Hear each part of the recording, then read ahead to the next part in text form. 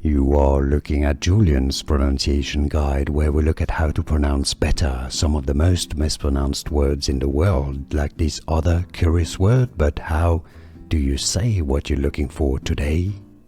Let's learn how to pronounce once and for all these names correctly. Yes, this is a name of Vietnamese origin, so people of Vietnamese descent are generally named that way, not Mandarin, not Chinese.